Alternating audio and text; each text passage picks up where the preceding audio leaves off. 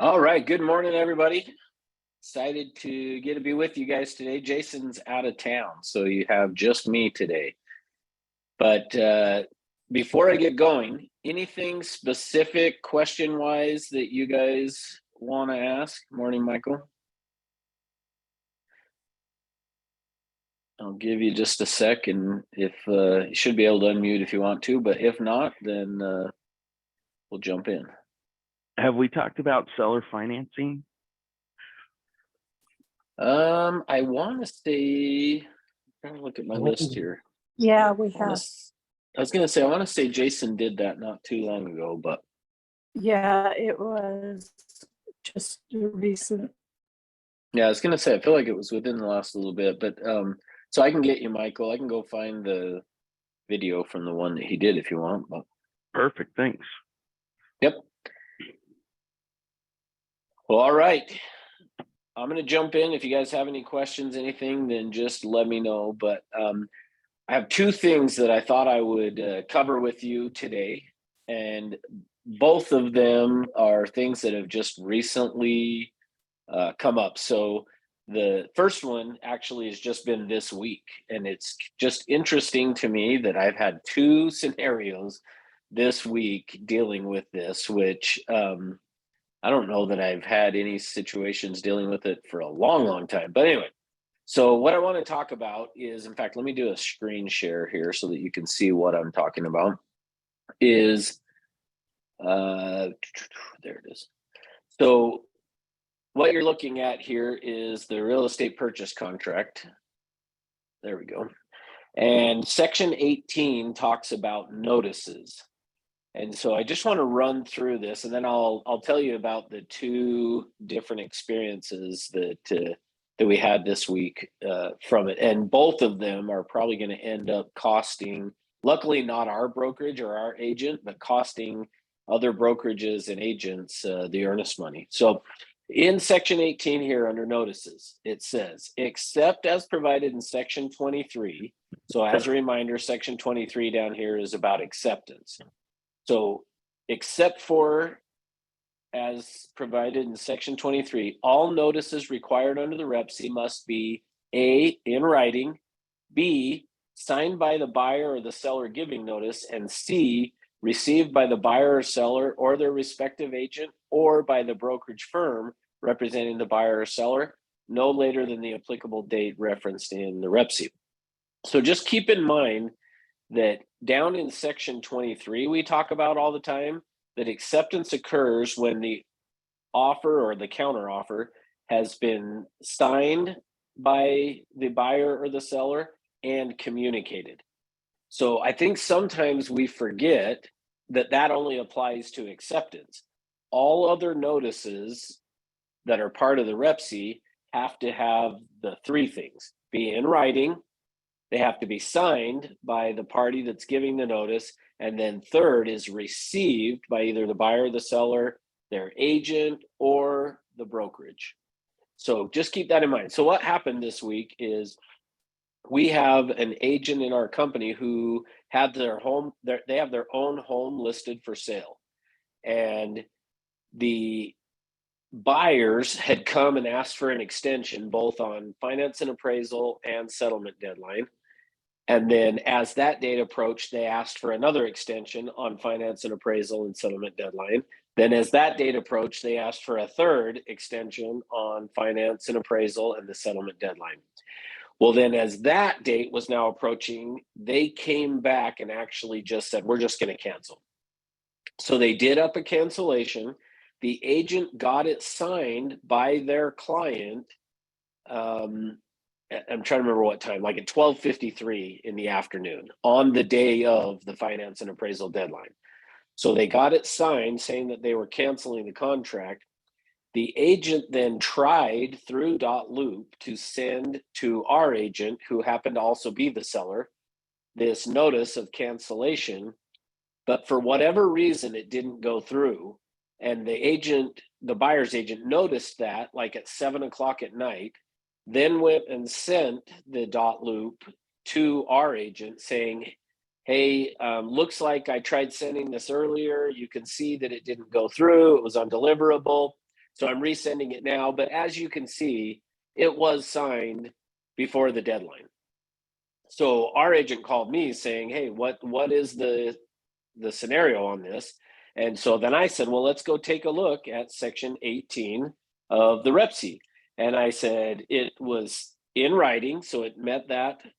Second was it was signed by the giving notice, meets that criteria. But then third, C, is received by the buyer or seller or their respective agent or the firm. So just keep in mind, anytime you are going to do some type of a notice, with the exception of acceptance, it has to be signed, or excuse me, in writing, signed and received by either the buyer, the seller, the agent, or their brokerage. So for whatever reason, you could just send it to the brokerage. You could call the front desk and say, I need to send something to this agent.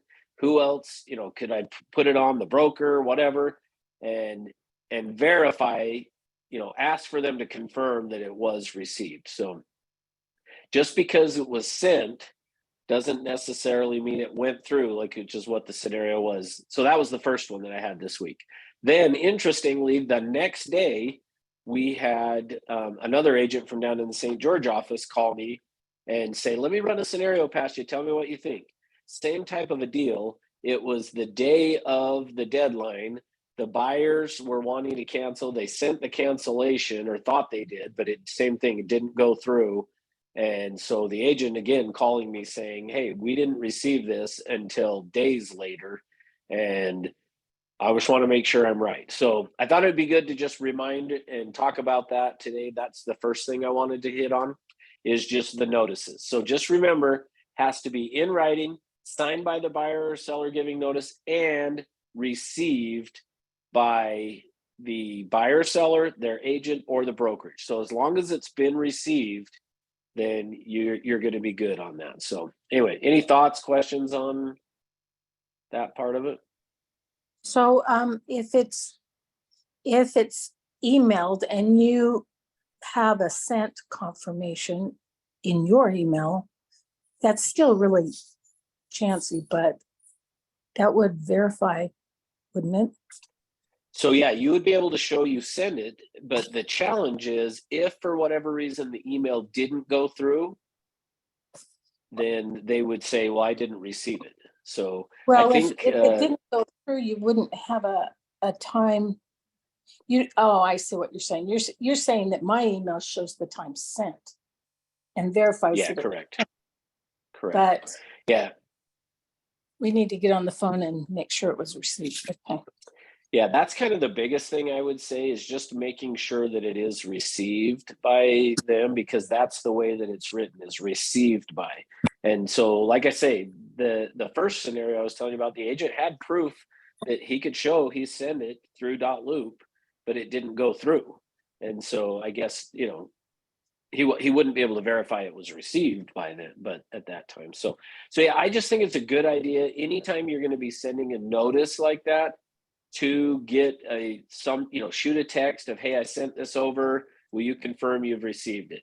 If you have that they confirm they received it, then you're golden and you're going to be good no matter what. So all right, cool deal. So that was the first thing I wanted to just cover. The second thing that I wanted to talk about, which this hasn't happened, at least nothing that I'm aware of from within our brokerage, but as you guys are aware, I'm on the professional standards, and so get the opportunity to see different things that happen. And so one of the things I thought I would talk about today as well is a couple of the code of ethics. And so I'm first going to give you a scenario. And actually, I got 3 different scenarios. This happened 3 times during the first quarter of this year over at the board. And so the first one was that an agent scheduled an appointment to go show a house, but then for whatever reason, they ended up at the wrong house. But and I don't know, I'm trying to remember now for sure, but I think they were just driving to it and saw a for sale sign out front, thought they were to the house they had scheduled the appointment for, went up, opened the door, and just went in and showed the property. Then realized when they got into the property, what ended up happening is there were kids there, no parents, but kids were there. They saw the kids, they figured out that they were in the wrong house and they hurried and left the home. So that was the first scenario. Second one was somewhat similar, is an agent had their assistant schedule their appointments, which is fine. The assistant scheduled the appointments, and then after they had scheduled the appointments, told the agent, here you go, here you've got these appointments. The agent goes to show one of the houses, and the assistant said they had an appointment for. They go inside, it's an elderly couple. The elderly couple is caught off guard. They're upset. They call their agent and say, why did you schedule a showing you didn't tell us about? The agent said, I didn't schedule the showing, but the buyer's agent just asked the seller, well, since we're here, is it okay if we show the home? They said yes, let them see the house. So that was the second scenario. Third scenario is an agent has a property under contract, calls the listing agent and says, hey, we're going to go do our inspection, gets an appointment. After they do their inspection, there were some other things that they needed to get inspected in it, based on the home inspector saying you should have like an electrician check out this. So they schedule another appointment, get an appointment to go show the property. They go show the property with the electrician or whatever the contractor it was. And fine, that's all good. Well, then they want to go back one more time to check out one other thing. So they call the listing agent and they say, and this one I think is where we want to make sure, because when I heard this scenario, to some extent, I could see myself potentially have done this same kind of a thing. So they call the listing agent and they say, hey, we want to go back to check one more thing. Is that going to be okay? And the listing agent says, yes, that's no problem. The sellers are gone all weekend. So it won't be a problem for you to go on Friday night. I don't remember exactly what day it was, but they're going to be gone for an extended period of time. And yes, you can go show it on Friday. The agent does that. Then they go back again on Saturday and again on Sunday. When they're there on Sunday, the seller comes home and is upset of what are you doing in my house? And so all three of these scenarios, a complaint was filed against the agents. And I just want to pull up, let me just show you on our code of ethics what it says in terms of those two things. So in Article 1, so let me just do that first. Article 1 of the Code of Ethics says, when representing a buyer, seller, landlord, tenant, or other client as an agent, realtors pledge themselves to protect and promote the interest of their client. This obligation to the client is primary, but does not relieve realtors of their obligation to treat all parties honestly when serving a buyer, seller, landlord, tenant, or other party in a non-agency capacity. Realtors remain obligated to treat all parties honestly. Well, if you go down to the standard of practice here of 116, and as a reminder, the standards of practice are there to just interpret what that article means. 116 says realtors shall not access or use or permit or enable others to access or use listed or managed property on terms or conditions other than those authorized by the owner or the seller. So like I say, on that last scenario that I gave you guys, I personally, if I was a buyer's agent and called the listing agent and said, hey, can we go out and take a look at the house? And the seller said to me, yeah, can we go on Friday to take a look? And the seller says, yeah, they're gone all weekend. I probably would have interpreted that as, yeah, anytime you want to go during the weekend is totally fine. And it ends up that the panel did find that the agent had violated Article 1 of the Code of Ethics because of realtors shall not access or use or enable others to use on terms or conditions other than those authorized. So they weren't authorized to go all weekend, even though the seller or listing agent had said that. The other one is Article 3 here. Says realtors shall cooperate with other brokers except when cooperation is not in the client's best interest. The obligation to cooperate does not include the obligation to share commissions, fees, or otherwise compensate another broker. Well, then if you scroll down, this was adopted in 2010, but amended this year. Says realtors shall not provide access to listed property on terms other than those established by the owner or the seller. So on all three of these scenarios, the agents were found to have violated Article 1 and Article 3 of the Code of Ethics because of that. So just thought it would be a good reminder to talk about, just as you're scheduling appointments or people are scheduling appointments on your listings, to keep in mind that the realtors have an obligation to only do that in accordance with what you or the seller have authorized them to do in terms of showing the properties. So anyway, that's all I've got for today. Short and sweet for you. Any questions or thoughts, comments on any of that?